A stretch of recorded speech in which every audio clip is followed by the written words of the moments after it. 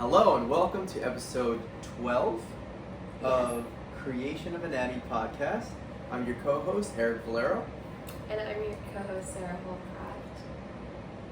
And today we shall be reading about some of John Paul II's other works, his 7 other publications, and going into a little bit deeper into the St. John of the Cross and his relationship.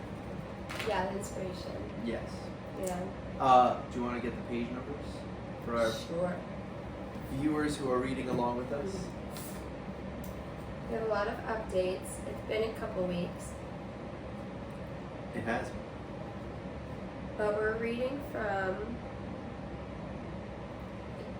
page, I have the hiccups right now, 77, an overview of Mortimer's concerns, to page 87. Good 10 pages we read. Oh yeah. You read? Over 2 different days. Yes, that's true. We It's were going hard. to podcast the other day, but I was unwell. Yeah. Yeah. Well, we're both back in the swing of teaching right now. Yeah. Oh. Kids get you sick. Mm-hmm. Oh yeah. Mm-hmm. What was we don't have to say his name, but there was one kid that was the culprit of the whole thing. Sick. Yeah. Yeah. So how's school been going? No, it's been going good. Other than getting sick, it's a better schedule. Summer's very chaotic. There's no routine. There's no schedule, and you just kind of have to be accountable to yourself. Mm-hmm.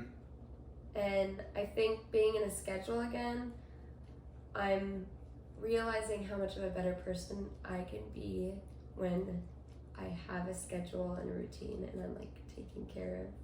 It's exhausting being accountable to yourself. Yeah, Oh my goodness. yeah. So I've been enjoying it. I like just being with the kids every day. Work goes by so quickly. The classes go by so quickly. It's almost like I'm in a little podcast with them. Yeah. Podcast after podcast all day. Oh, there's so many of the conversations I have in my class that I wish we could have recorded. Yeah, yeah. Oh my goodness. I Actually, know. I was on a vlog today, actually. One of my students Was vlogging? was vlogging in the middle of my class. Oh, brother. Is that legal? Oh, I didn't care. I mean, we were just doing a chemistry experiment, so. Yeah. Oh, this is your college student. yeah. Oh. But she set me up for failure. Oh. Well, because she had found out her result already. And then, so we needed to test other ones. I'm like, why would I test all these if they're all fails? Because the whole thing was that you're testing to find out which one you have. Yeah. And you're supposed to see the reaction if you have it, right? So, like, you made me look bad on this vlog over here. But, Wait, I want to see it. What's her name? Well, don't say it on. I don't know. Tell me later. yeah, I'll find out. Yeah, but no, about the anatomy class. Like, today, I wish we had that class recorded. Yeah. Because, I don't know, those kids ask such great questions. Mm-hmm. It's amazing. And the discussion we can have, it's only 3 of them, you know? But just very thirsty for knowledge. Yeah. And it's great to see that in kids. I mean, because we don't really get it outside of school. Mm-hmm. Like, I think not everyone feels this way, but I think I find a lot of adults who miss school Mm-hmm. in the fact that they miss learning.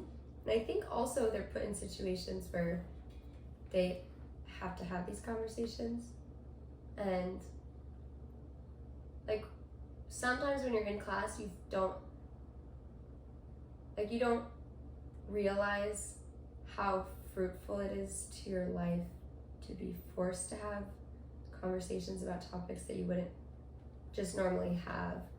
But there's so much about like being in the classroom and being able to have those conversations that I wish I could just have on a regular basis with normal adults that I see. Yeah. You know what's funny is that these kids aren't paying me directly to have these conversations. And these 3 students, they're so invested in talking about this stuff. But then the people that are actually paying me my practice usually are like, all right, get on with this stuff. I need to feel better. I don't need to hear about all of this. Not all of them, but some I'm just like, oh man, like, I love talking about this stuff. But yeah, I guess I could ramble a bit. No, but that's so weird because it's not just stuff, but it's actually talking about their personal experience in their body. Well, I always, whenever I'm talking and explaining something, I always look to see what that person, A, doesn't know, and B, would be most helpful for them if they knew it, right? So I mean, sometimes that sounds so out of nowhere, and I just use the Holy Spirit to just guide me on that, of what I should tell them.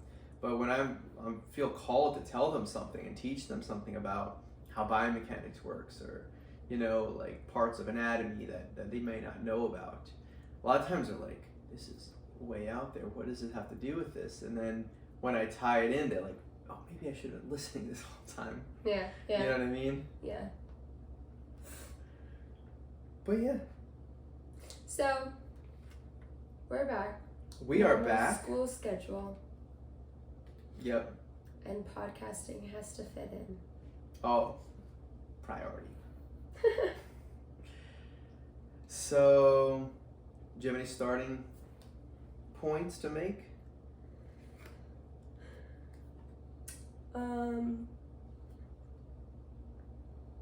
So I guess we can do a little recap of, we said it was about St. John of the Cross, but I guess the main idea was the predominance and superiority of faith as communication with God. Yeah, and also how important it is in our own experience with God. Like, sometimes people think that they can have,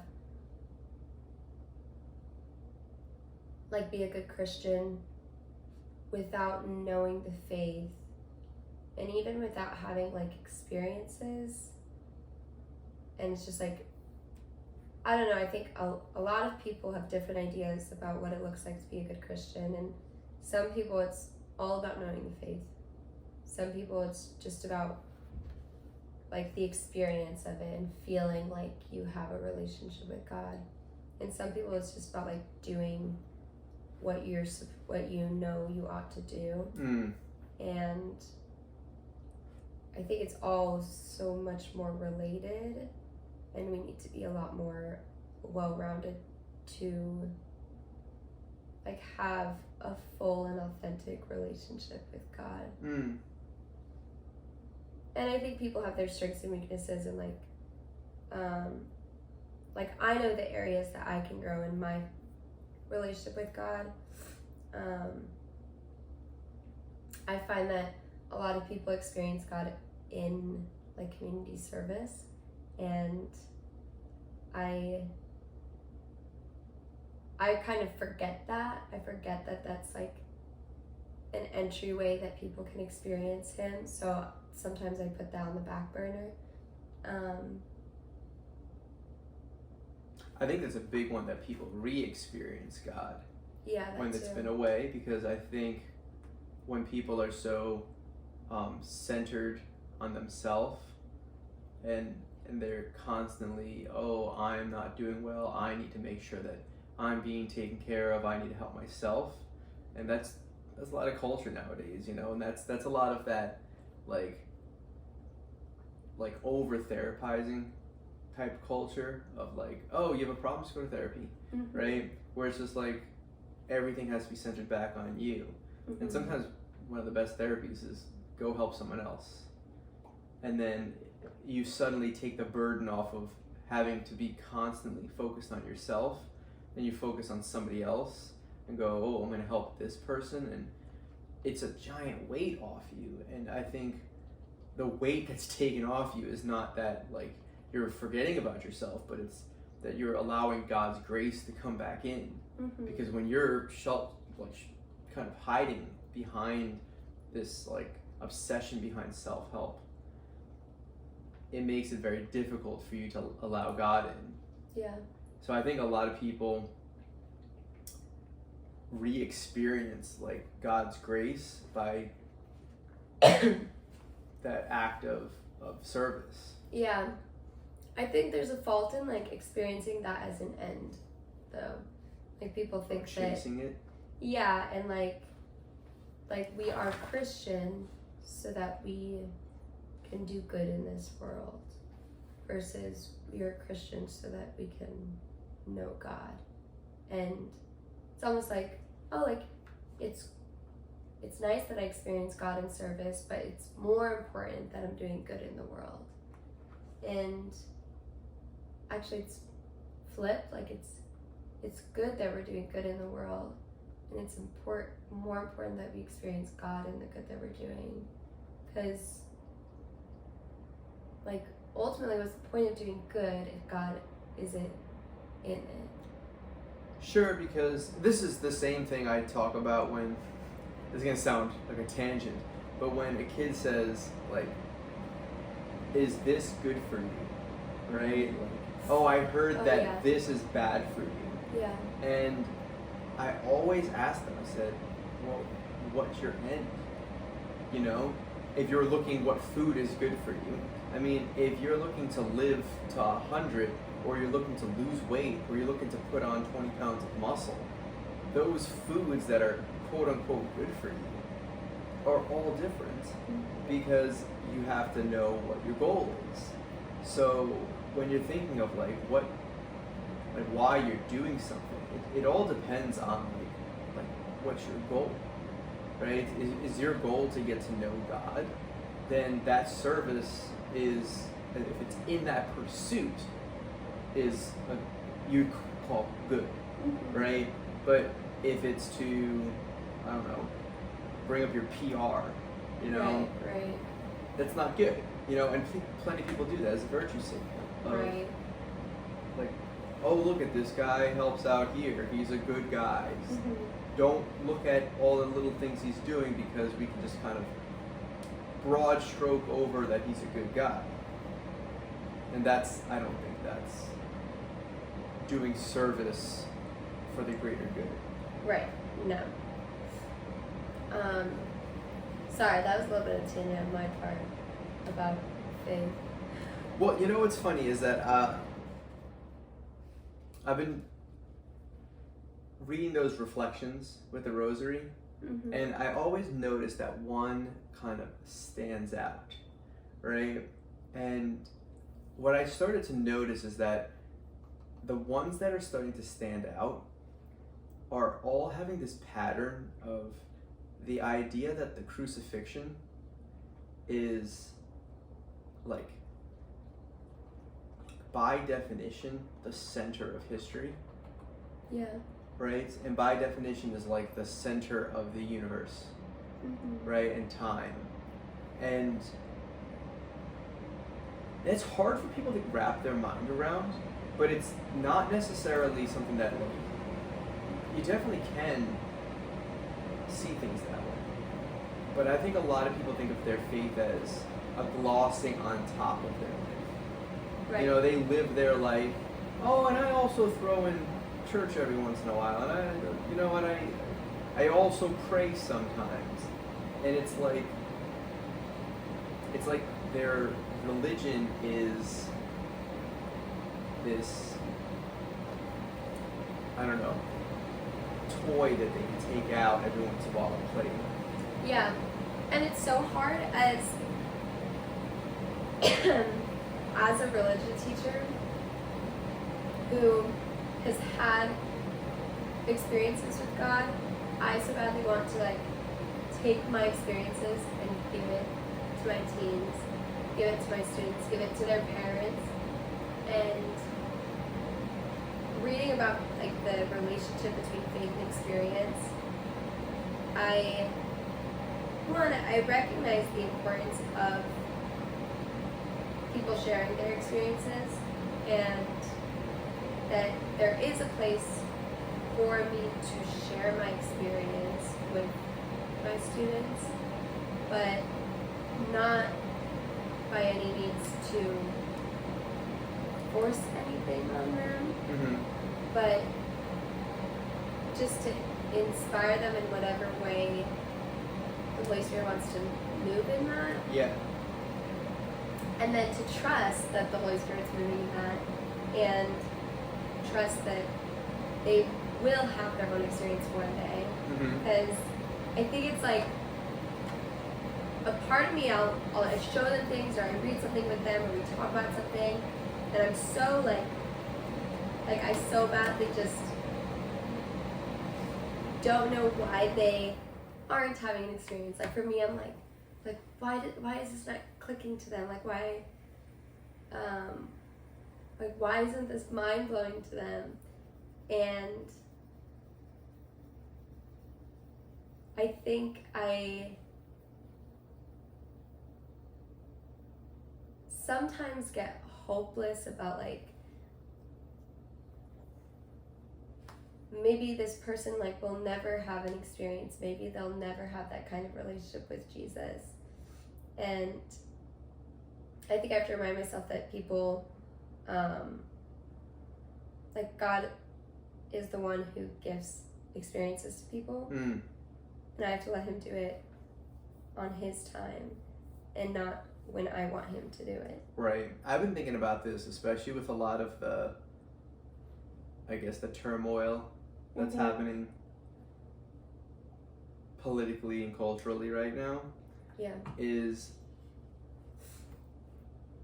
that God can only act through faith in us, right? We can't force him, right? I mean, he can do whatever he wants, but we can't force him. Is that the only way he'll act through us is through faith.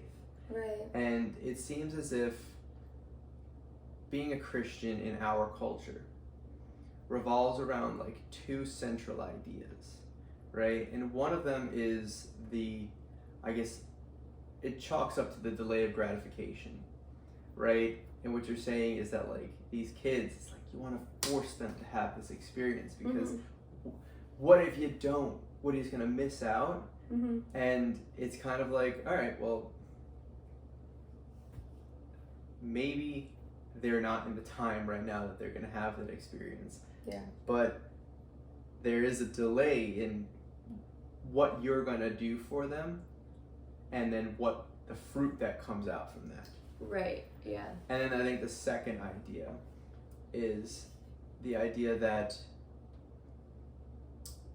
well, I guess it comes into the first one, but the idea that it's through faith that gratification will eventually come about, that fruits will eventually come about.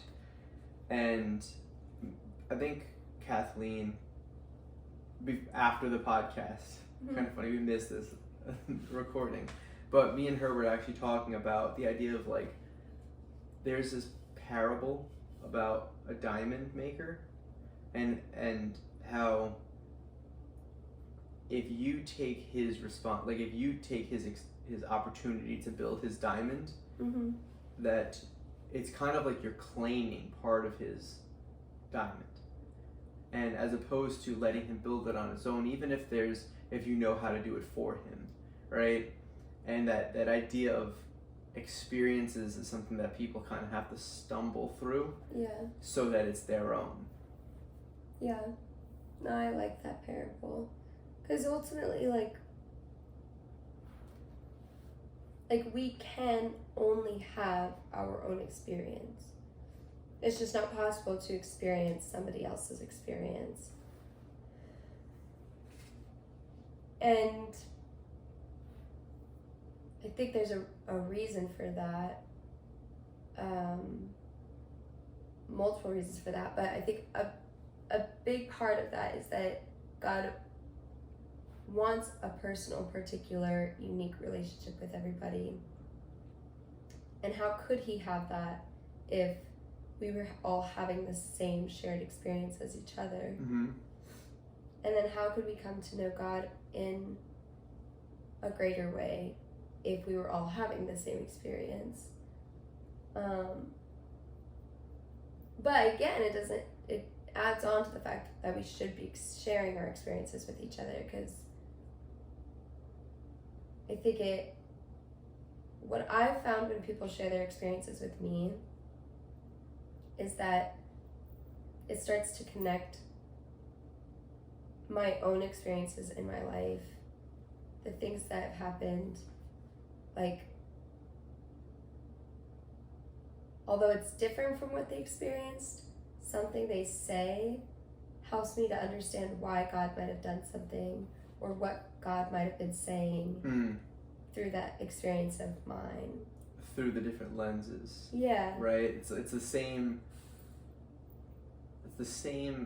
thing said by God, but experienced in two different ways. Yeah.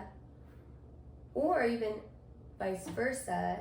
It's a similar way that he was saying it, but a different message. Oh, interesting. Yeah.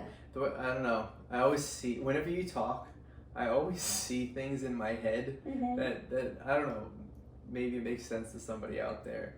But I thought of, there's a really cool 6 images of the earth, right?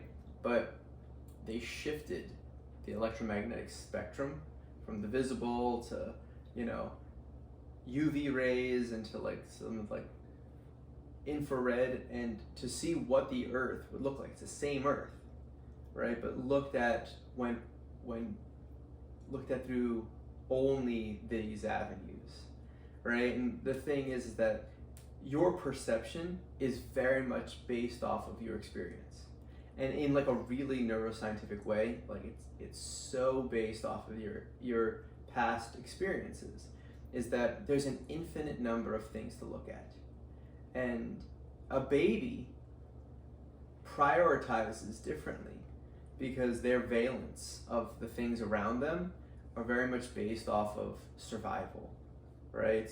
They're not going to like choose to like, oh, I wonder what the cells on that plant look like. What are those veins on that plant look that way, Because it's not very relevant to its survival at that point, right? But as you start to grow and have experiences, and maybe that plant reminds you of your grandmother, and she used to grow plants, and she used to show you the different things on the leaves, and she appreciated different things within her spectrum of observation, right? Is that, well, that's because of the way she lived. That's because of her life experiences, that when she looks at a room, she notices a different set of the infinite number of things you can look at, right? And connects different patterns. So 10 people can walk into a room and they could have an overall different experience, not because it was 10 different rooms, but because of the fact that they prioritize collecting different pieces of the room. If you ask them, what do you remember? They're going to tell you a totally different set of things, because certain things are more important than others. Mm-hmm. And you can know a lot about a person by how they experience something, And the same thing with, like, you can know a lot about a person in their spiritual journey by what do they take from certain experiences. Like, if they go on a retreat, right? What did they take from that? And you can tell what God has said to them, and what they've heard from God integrate into their life up to that point, because it's all factoring into the way they're going to experience things in the future. Yeah. I love that. I think I don't think about enough that, which is funny because this is the whole point of my class, is that everyone reads things and sees things differently. So, like, everyone should be talking and sharing, because something that they have to say might be helpful for the person across the room. Mm-hmm. But I so rarely apply that to my daily life, and I kind of just like assume that the things that I perceive and what I understand, what I heard at, I don't know, at a mass or in a conversation or just like something that happened along the street, like I kind of just assumed that other people experienced it the same way that I did. Yeah. And I think I don't think often enough about the fact that they probably didn't, and that like asking them about it, it almost like some of it might even be a silly question, like, oh, did you see what happened downtown or something? Mm-hmm.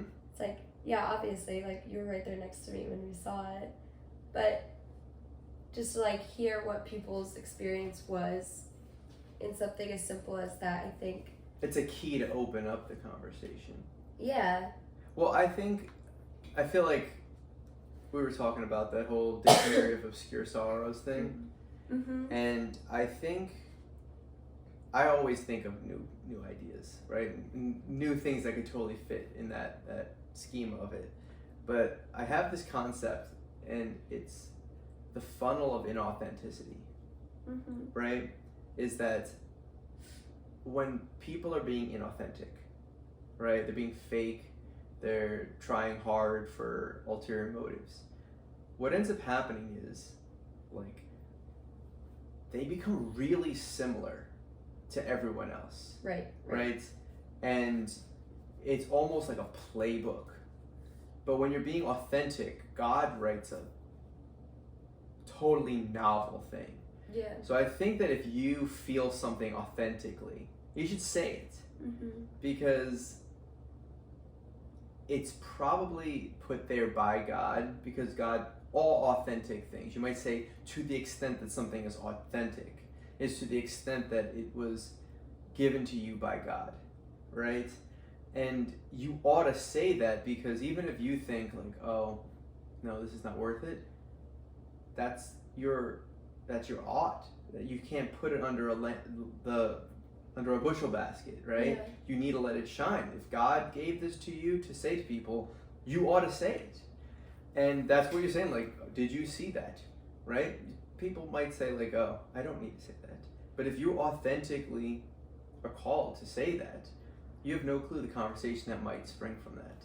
Yeah. And as long as you're being authentic, because when you're being inauthentic and you want to be provocative for the sake of being provocative, or you want to say things with an ulterior motive to get something else done, Right. and you're beating around the bush with it, is that you end up having, this might be aging me a little bit, but like the AIM conversation, like, hey, what's up? Nothing much, you just chilling, right? And it's like, man, that just falls into, like, you could just imagine the straight line that doesn't vary at all. Mm-hmm. And there's just no adventure, there's no nuance to it, right? Where there's the maximum specificity, the maximum nuance, the maximum adventure when you say what God is telling you to say. Mm-hmm. And it kind of goes with that idea of like, don't hold that back. You all I right? have to cut this out because Drink your tea. No more tea. Okay, let's switch.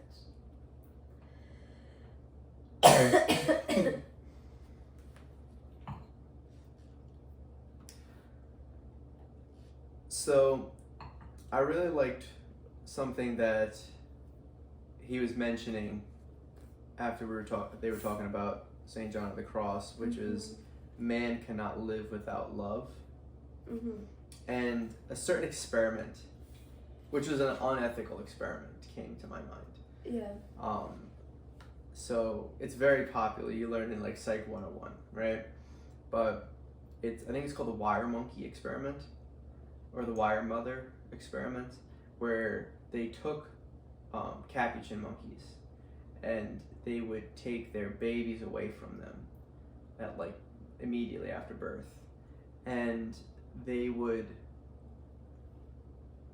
put two different mothers in their cage, and one mother was wired and cold, right, but had milk, right, and the other one didn't have milk but was soft and plush, right, and they would scare these monkeys and watch which mother they would go to.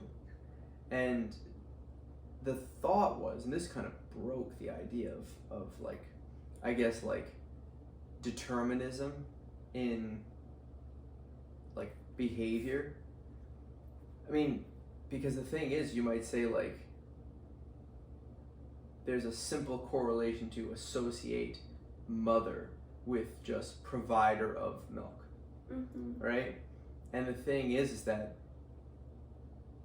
that's actually nothing without that element of like comfort and love, right? So when they would scare these monkeys, they'd go to the plush mother as opposed to the wire mother who was giving them nutrients, but they would go to the plush mother, right? They had never met their mother. It was a very like inhumane experiment, but it was reflected in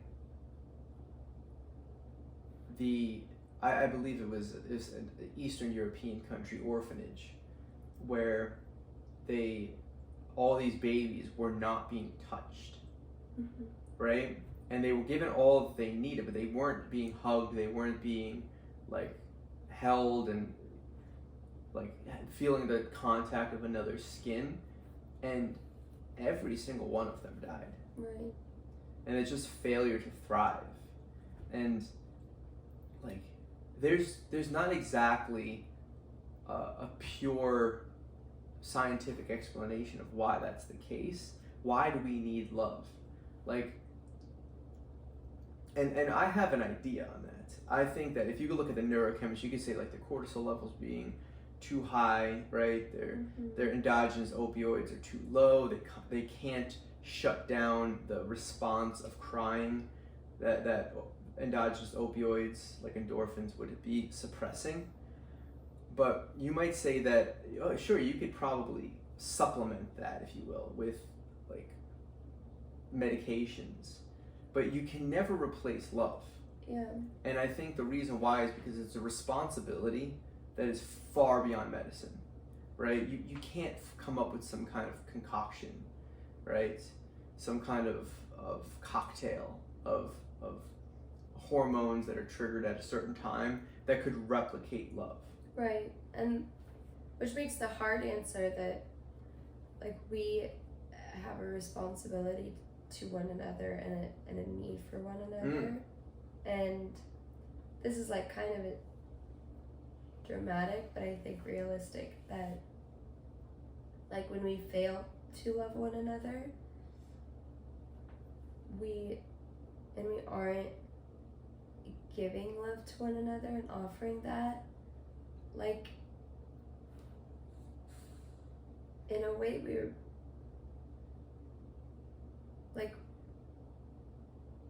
killing somebody. Like we're starving them of God. Yeah, we're taking life away from them. And it's not always like so dramatic as the baby example, especially because like we're not the only people in other people's lives. But like on the flip side, I think if we realize the impact of our loving the people around us, how much that can affect them on so many different levels, like maybe hopefully like we would be more inclined to do it. Even when it's hard, especially when it's hard. I almost feel like the harder it is, the more love that it takes and the more love you're putting into them. Right. So you kind of want it to be hard because then you know that you're loving them well. Right. Well, it builds up your capacity to love. Yeah. Right? Because I mean, like, you can imagine some kind of utopic world where nobody really has anything very difficult, right? Everyone's lives are pretty good.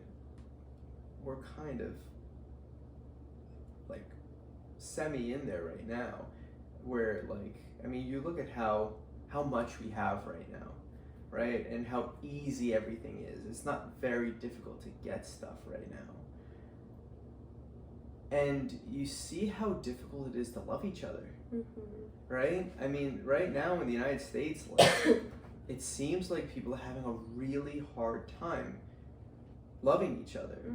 And is it because there's not as much difficulty in what it means to help somebody else out? You know? Like, I always think, when I lived in California versus I lived in New Jersey, I felt people loved each other more in New Jersey. And the one thing I could think about is like the experience of getting snowed in.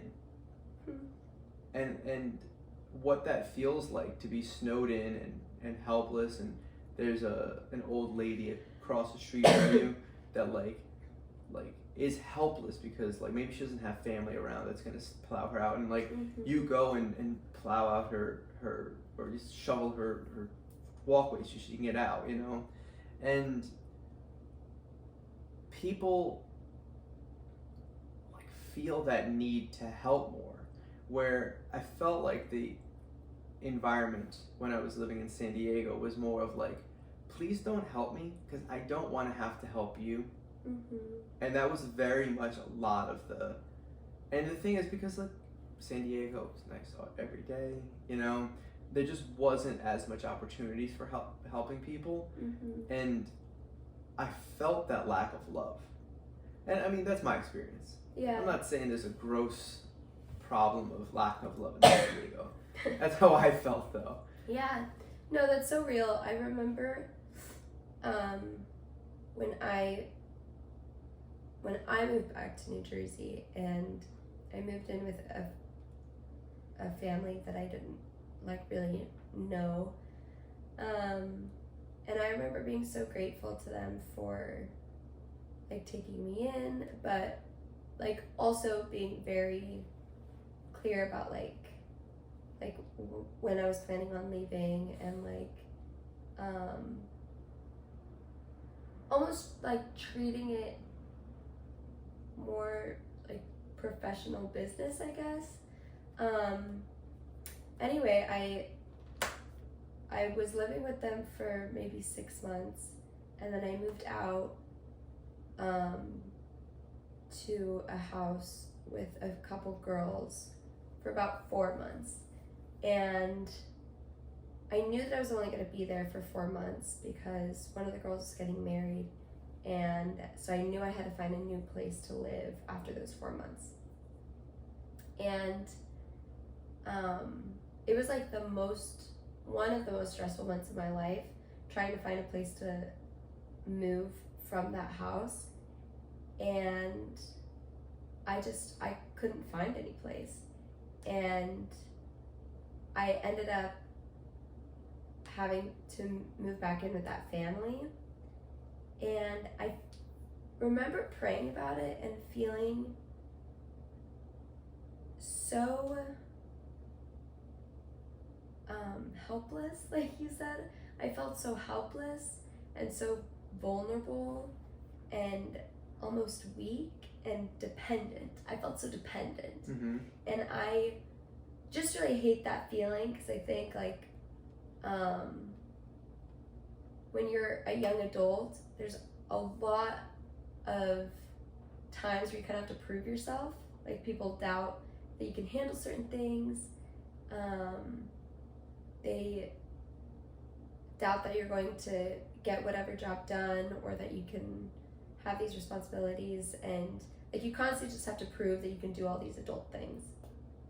And especially moving out to New Jersey and being away from my family, I felt even more so that I had to like prove that I was independent. And I think it was there were plenty of times in my adult life before then that I like asked for help, but never did I feel like so dependent on people. And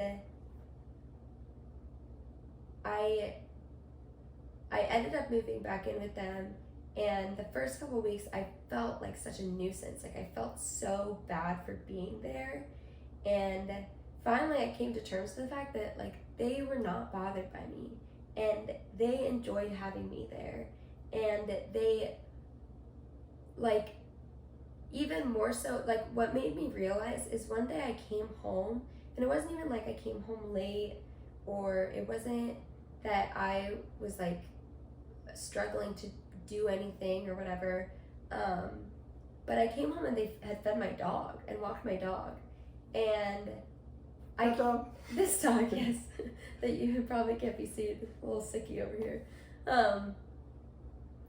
and when the dad, he told me that he fed her and walked her, and there was no reason for him to do that. There wasn't any need that I had for him to do that.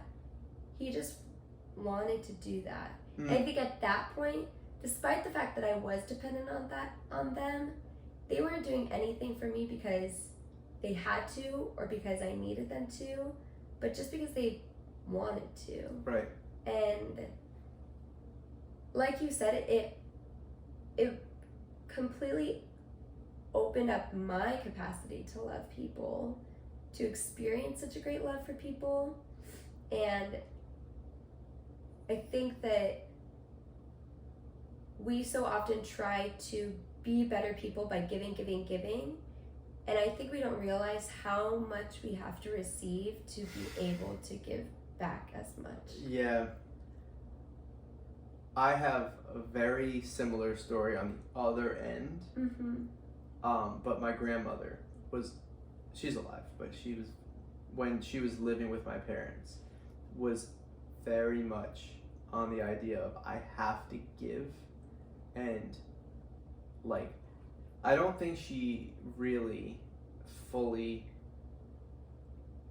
embodied the idea of receiving as opposed to taking. Right. Right? And she would much rather go without, because that was what she felt she was doing as far as trying to do the right thing. Mm-hmm. So, and it got to almost to the point of a vice, right? Where if there was two options of something that was on a plate, like, and I said, which one do you want?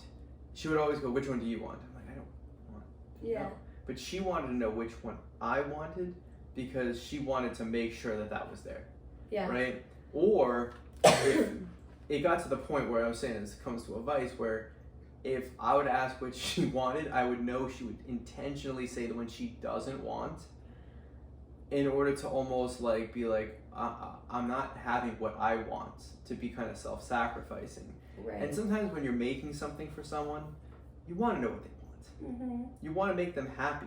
You know, I don't want to know how I can make you some kind of subpar dinner, or like pick the flavor you like the least, you know, and I want to know what you want the best, Mm-hmm. because I wanted to do something for her. And I sat her down one time and I just told her, like, you realize that like what would make me feel good is if I could do what you want.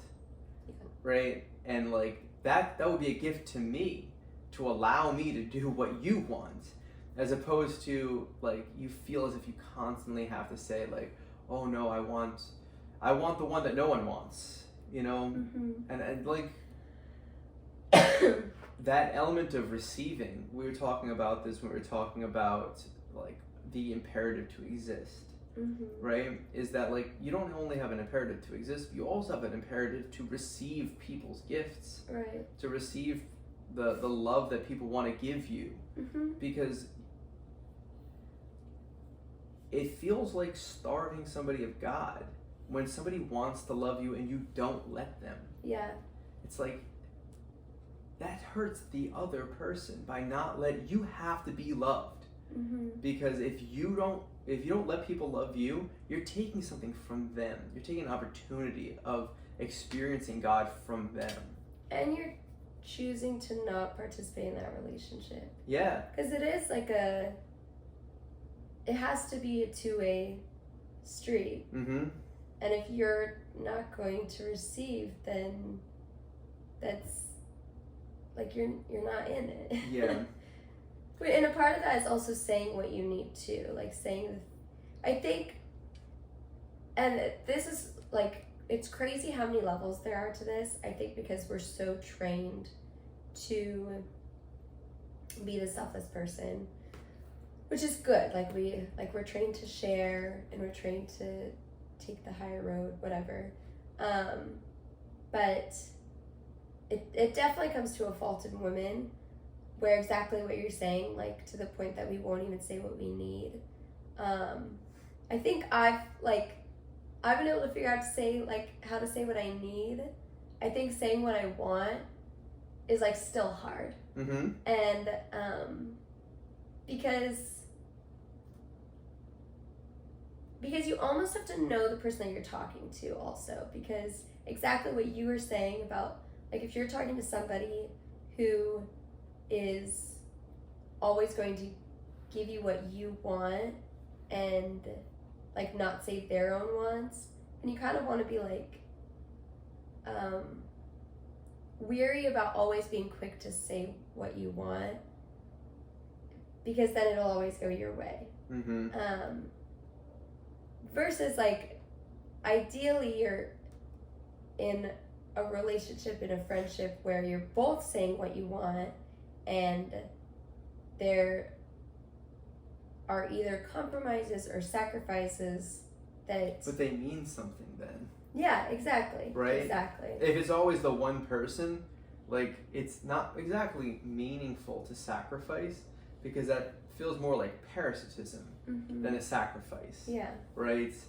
And, or even like tyranny, right? Like that's getting into that type. That's why like I always ask you, I'm like sometimes, and you'll say like, well, what do you want? And I'm like, I know already what I want. It's already factored in here, right? And the thing is, if you say what you want and you're like, maybe I don't want to do this, but like I really don't care, I might be like, all right, well, I really want to do this. Right. Let's do this. Yeah.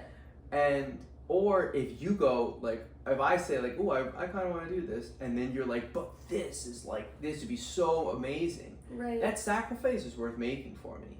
You know, because it's the more fruitful choice to do what you want to do, because it's going to make you feel more fulfilled doing what you want to do than it would make me fulfilled to do what I want to do. Right. And the whole point is to be fulfilled, to be fruitful to the max. Yeah, and I think also, ideally, like, I know we were talking about how you can't experience what other people's experiences, but they're like, sympathy and empathy do exist. I was gonna say, yeah. You do get to share in people's experiences, and if one person is having like if you're choosing between this person having a good experience and you having a meh experience, and versus one of you having a great experience, then like ideally you're in a relationship where you sympathize with each other and you can share in that great experience. So it's not just you're sacrificing and they get to have like their fun like experience and adventure, but you also got to share in that. Right. So for both of you, it's just a more fruitful experience, because but it's not even like a vicarious thing, right? No, It's like because I think that could even be interpreted that way. It's like an authentic, I almost think of it as being almost an imperative to do that, because this is like a really interesting, so Franz Duval, talked about him a bunch of times on this podcast now, wrote this book called The Age of Empathy, and he outlined how massively entwined everybody's well-being is to each other because we're a social species. And this is kind of what I was saying about when we went apple picking, and it's so strange to, I don't know, be near so many people and not interact with any of them, is because we are still entwined with all of them. If one of those people that were picking apples all of a sudden like fell ill and fell to the ground, like my well-being is now intertwined with that person's, because I can't just go, well, I don't know that person, leave him there to die.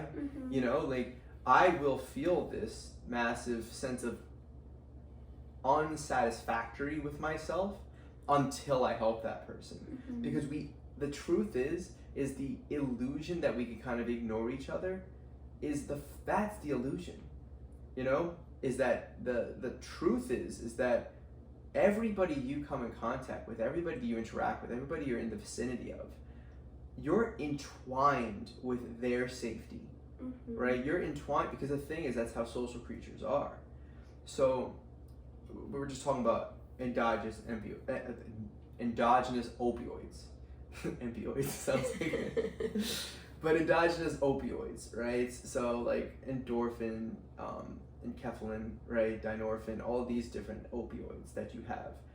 And fundamentally, what opioids do in your body are, they're telling your nervous system, you don't need to go and call an alarm anywhere. Everything's fine, right? But when they drop, right? They're not in your synapses anymore, right?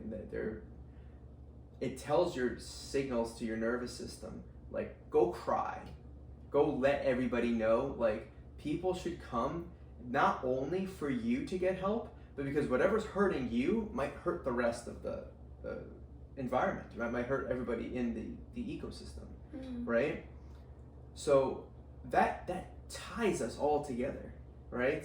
Is that like nobody has, I mean, it's crazy how you can see certain things, like things on the news recently where people could completely not help somebody else out. Yeah. But that actually takes inhibition, right? That takes like something active to stop that, because that's not natural human. It's not natural for somebody to sit on a train and not help someone. Yeah. You know what I mean? And it takes something, pathologies that build up on top of each other to inhibit the natural tendency for us to help each other. Yeah. And it's so, I think it's such a faith that comes in knowing that we are so dependent on each other, right? Is that like, there is no such thing as one human being, right? It's one human being that is literally held up by the people around them. Yeah.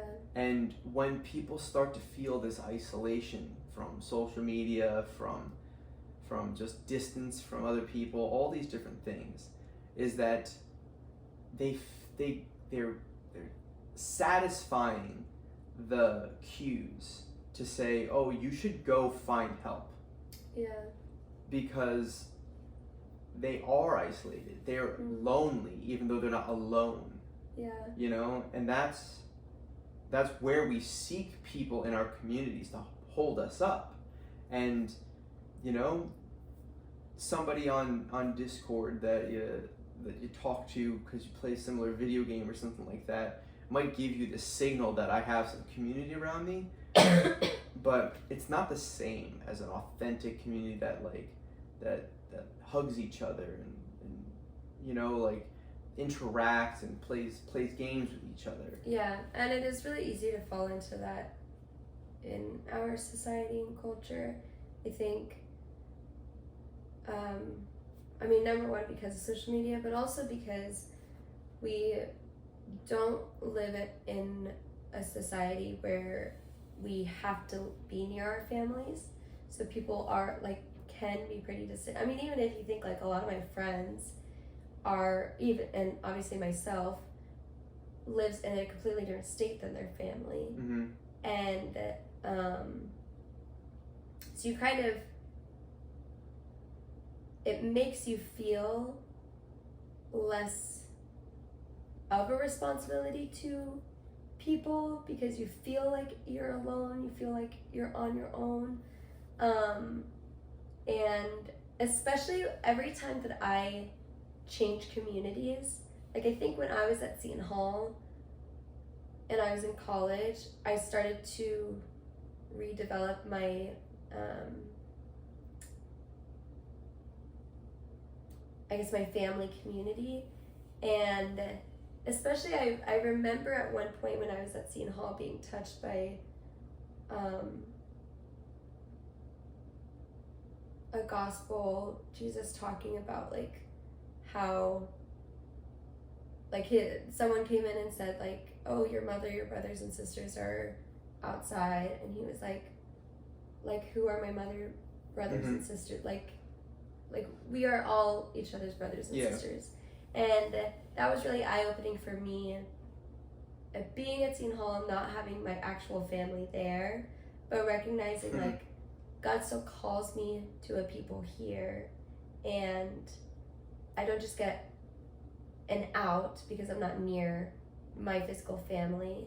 And I think leaving Seton Hall and moving away from that community, it's taken me a long time. Like I think the past couple of years, like people have done a lot for me, and I'm trying to like shift my perspective to how can I start to see these people more as my brothers and sisters in Christ. And like, and somebody said this to me once, and I thought it was so good, that we should be a hospitable people, and not just in our own homes, but like we should be creating a welcoming environment for anyone, anywhere. And I was thinking about this the other day when we were at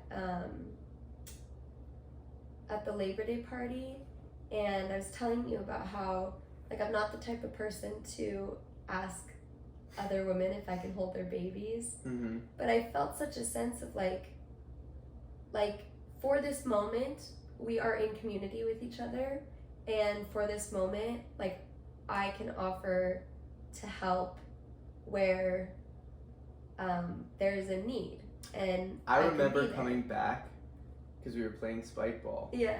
And I remember going back up onto the deck and just seeing you holding the baby and thinking how organic the transition from the mother holding the baby to you, who has never met the baby or the mother before. Just because, going back to the endogenous opioids, if you were a threat, you would have set off those alarms on her. Right. And you weren't. And I think of the endogenous opioids as being our like, I don't know, like imagine like a fish tank, right?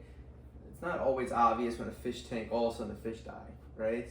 Is that it's kind of like the canary in the coal mine of like, as long as that's going well, as long as we have a good metric on being able to trust each other, we are going to sedate each other's nervous systems so they're not always at a heightened level, right? And we should feel the obligation to put other people at ease. Because I was talking about this when we were talking about when you're speaking to somebody that you have a necessity to speak to, and they don't speak English very well, and you know some phrases in their language, and you try to put those into the conversation, and it's so apparent, you see their nervous system just relax, you go, you're trying, you do have my greater good in mind, and I don't have to be with my hands up the whole time, right? I can go, okay, I trust you. And sometimes it's something as simple as trying to like show that you can communicate with them, at least you're trying to communicate with them.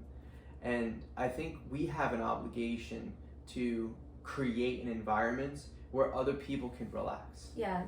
Especially when it comes naturally, like, I know there are certain people who, like, have a really hard time being in new places, meeting new people, and I think it's important to recognize, like, where God gives you gifts, not just for yourself, but, like, how is it supposed to help the people around you? Mm-hmm. And I think being a kind of person who is, like if you're somebody who is, like, naturally extroverted or whatever, like somebody who is social, then I think that even more so, yeah, you have an obligation to, like, make people feel comfortable and to share, like, how, and I think sometimes people don't do that, and instead people who are extroverted, they'll kind of, like, use that and just take from the conversation and, like, be the entire conversation, and not kind of overlook the people who are more quiet, more uncomfortable, and uneasy. Well, because sometimes those people are the indicators that it's not fruitful. Yeah. Right? And one might say those involved in a conversation, to the least that feel comfortable, is to the extent that that conversation was fruitful. Right? If there's 5 people in a conversation and a person is maybe has something to offer but is being stifled, right? Or let's say that they're quieter and they don't feel as if you're making them feel welcomed. Right. To the least of those people that feel welcomed on there is to the extent that that was a fruitful conversation. And because they are an indicator of the ecosystem, right? They're an indicator of the community, the sense of the environment. And if there's something going wrong with their, and this goes into when you're talking about, like, the most extreme, you know, when you're seeing people that do these violent acts, right, in our communities, it's probably not the person with the nervous system that's relaxed around them. Right. That person is not going to commit some violent act, you know? It's going to be the person that is to the most extreme lonely. Yeah. That their nervous system, and we have an obligation to make the entire ecosystem, our society on a large, as something that is safe by being able to spot out who's the least of us that needs the most of our welcoming, the most of our kindness, so that their nervous system can relax finally. You know, I just imagine some of these people must be, like, constantly on this they must be constantly stressed, and they must be so alone. And the thing is that we need to go and look and be attentive in those times when there were 5 people in the conversation and somebody looks distressed. And you maybe go, maybe I've been talking too much. Right, yeah. Maybe I haven't asked what this person's name is. Maybe I haven't asked, like, maybe they probably have something to join in a conversation with, and there's been no avenue to do it. Right, yeah. Yeah. We need to check in on each other. Right? Any closing remarks there? I feel like I didn't even look at the book. Don't worry, I kept us heading back because these were, like, page by page the main topics, so we went over them all. Good for you. Good for you. I still can't get used to you saying that. Good for you. No one in New Jersey says that without being sarcastic. No, I'm proud of you. Is that better? Nope, that's all. All right. Well, hopefully it's not 2 more weeks until we do our 13th podcast, but we'll see. We'll see. It's been busy. Well, thanks for joining us on our 12th episode of Creation of Anatomy, and we hope to see you in our 13th. Mm-hmm. Oh.